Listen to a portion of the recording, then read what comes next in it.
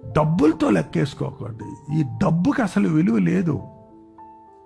ఈ ప్రస్తుతం మనం చూడండి, ఎన్ని చట్టాలు వస్తున్నాయి అంటే రేపు ఏప్రిల్ నుంచి నీ డబ్బు నీ ఇష్టం వచ్చినట్టు ఎక్కడ పడితే అక్కడ పెట్టుకోవడానికి లేదు, ఎవరికి పడితే అక్కడికి ఇవ్వడానికి లేదు, దాచుకోవడానికి లేదు, బ్యాంకులో పెట్టుకోవడానికి లేదు, కావాలంటే తీసుకోవడానికి లేదు. అది నీ డబ్బెట్ట అవుద్ది. ఇంకా దానికెందుకు? నీకు పరలోకపు ధననిధి ఇస్తానంటున్నాడు. పరలోకపు ధననిధి అంటే ఆ రాజుగారు నెహమ్యాకి ఇచ్చింది డబ్బులు ఇవ్వలేదు, బంగారం ఇచ్చి పంపెను, వెండి ఇచ్చి పంపెను అనలేదు. అందుకే ఏమన్నాడు అక్కడ? తాకీదులు.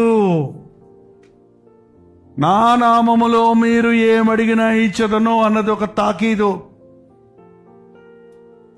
ఏంటది అన్నాడా లేదా? నా నామములో మీరు అడిగింది ఇస్తానంటే, యేసు నామములో ప్రభా నాకు ఇది కావాలి, ఇది జరగాలంటే జరుగుద్ది. That is the credit card, debit card. యేసు నామమే మన కార్డు. మనకేంటంటే యేసు నామములో క్రీస్తునందు పరలోకమందు మీ ప్రతి అవసరత తీర్చబడుతుంది. నీ క్రెడిట్ కార్డు బ్లాక్ అయిపోద్దేమో, నీ బ్యాంకులు ఖాళీ అయిపోతాయేమో, కానీ దేవుని యొక్క అధికారం నీకు ఇచ్చాడు.